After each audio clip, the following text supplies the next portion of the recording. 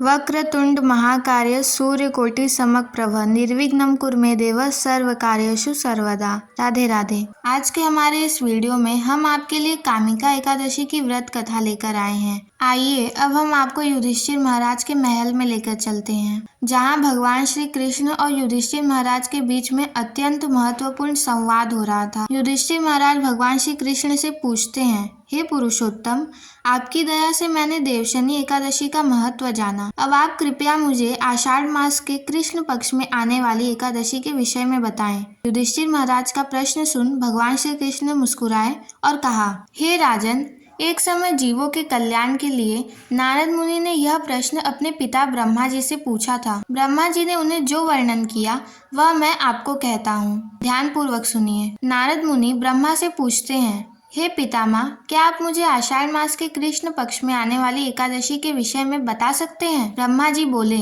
हाँ वत्स, आषाढ़ मास के कृष्ण पक्ष में आने वाली एकादशी कामिका एकादशी है। इसकी महिमा इतनी दिव्य है कि इसके श्रवण मात्र से अश्वमेघ यज्ञों का फल प्राप्त होता है। इस दिन जो व्यक्ति तुलसी दल से भगवान श्री हरि की पूजा करता है, उसे स्वर्ण और चांदी दान करने के समान फल प्राप्त होता है। कामिका एकादशी के दिन तुलसी पूजन का विशेष महत्व है। इस दिन भगवान केशव को 9 अंकुरित तुलसी मंजरी अर्पित करनी चाहिए। जो व्यक्ति ऐसा करता है वह अपने पूर्व और वर्तमान के सभी पापों से मुक्त हो जाता है। अब मैं तुम्हें कामिका एकादशी की एक पौराणिक कथा सुनाता हूँ। एक समय धर्मध्वज राजा की पुत्री के रूप में तुलसी जी अवतरित हुई थी। उस समय भगवान नारायण की तपस्या हेतु वे अनेकों तीर्थ स्थानों पे भ्रमण करती थी। तब गंगा जी के तट पर उन्होंने भगवान श्री कृष्ण के ध्यान में मग्न गणेश जी को देखा। अत्यंत सुंदर पीताम्बरधारी शुद्ध और ध्यान मग्न गणेश जी को देखकर तुलसी जी उन पर मोहित हो गईं और उनसे विवाह करने की अपनी इच्छा उनके समक्ष प्रकट की। तपस्या भंग होने पर भगवान श्री गणेश बोले,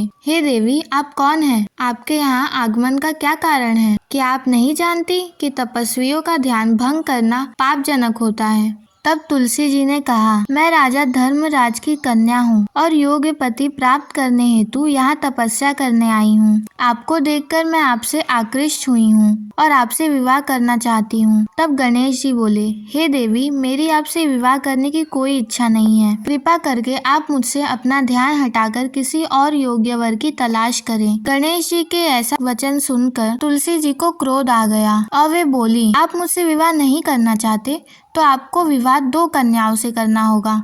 ऐसा कहकर वह गणेश जी के गजमुख का उपहास करने लगी। तुलसी जी का यह रूप देखकर गणेश जी ने उनको श्राप दिया, हे देवी, मैं आपको श्राप देता हूँ। आप असुर की पत्नी बनोगी और उसके बाद एक वृक्ष बन जाओगी। अब यह सुनकर तुलसी जी को अपनी भूल का आभास हुआ और वे गणेश जी से प्रार्थना करने लगी कि वे अपने श्राप को वापस ले लें। तब गणेश जी बोले, हे देवी, तुम भगवान नारायण की प्रिय बनोगी। समस्त मनुष्यों के लिए आपके द्वारा किया गया पूजन लाभकारी रहेगा, परंतु मेरे लिए तुम हमेशा त्याज्य रहोगी। इसके बाद आगे चलकर तुलसी जी शंखचूड़ असुर की पत्नी बनी और कालांतर में भगवान नारायण की प्रिय तुलसी के पौधे के रूप में प्रकट हुई। आगे भगवान श्री कृष्ण कहते हैं कि जो व्यक्ति कामिका एकादशी के व्रत का पालन करता है, उसे संपूर्ण पृथ्वी के दान तथा बछड़े समेत किए गए गाय के दान के समान फल प्राप्त होता है। यह एकादशी सबसे शुद्धतम है और पापों का नाश करने में अत्यंत प्रबल है। जय श्री हरि कृष्ण।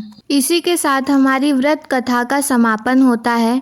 यदि आपको यह वीडियो पसंद आई हो तो कृपया इस वीडियो को लाइक करें तथा अपने बंधुओं के साथ इस वीडियो को शेयर करें और हमारे इसी प्रकार के वीडियोस के लिए इस चैनल को सब्सक्राइब करें। धन्यवाद।